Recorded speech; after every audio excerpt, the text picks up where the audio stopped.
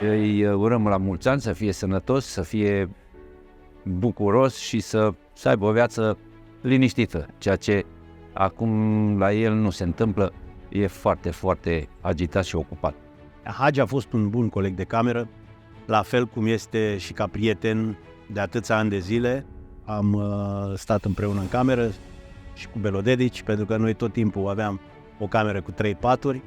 Hagi era haios, venea în cantonament și adormea primul, sfărăia de multe ori, ne punea și câte o muzică macedonească, mai ne aducea și niște iaurturi și brânză foarte bune de la macedoni. Nu cred că se putea alege o zi mai potrivită să se vândă biletele, pentru că Gica a fost motorul acestei echipe naționale extraordinare pe care a avut-o fotbalul românesc și nu știu dacă este întâmplătoare această alegere a datei de 5 de ziua lui, dar merită cu siguranță.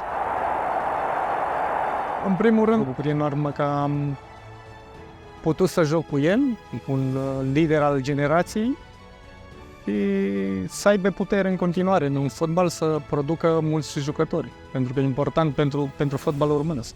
Gica, la mulți ani, sănătos să fii, că nervos ești de multe ori pe bancă. Mă bucur că ne-am cunoscut, că ne-am împrietenit și că am trăit cele mai frumoase momente din fotbal.